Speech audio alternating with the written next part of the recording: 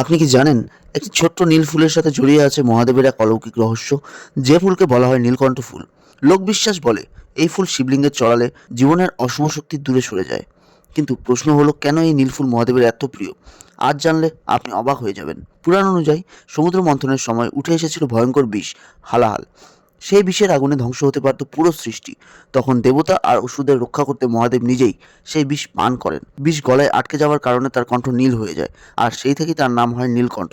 লোকবিশ্বাস বলে এই নীল রঙের ফুল সে নীলকণ্ঠ রূপের প্রতীক। তাই এই ফুল শিবের সবচেয়ে প্রিয় ফুলগুলোর মধ্যে একটি।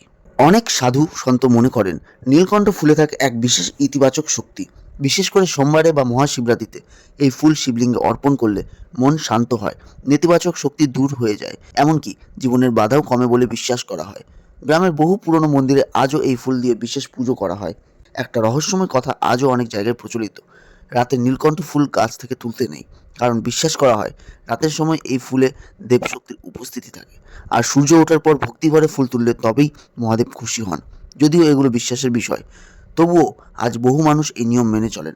হয়তো এটা শুধু একটা ফুল নয়, এটা মহাদেবের ত্যাগ, শক্তি আর শান্তির প্রতীক।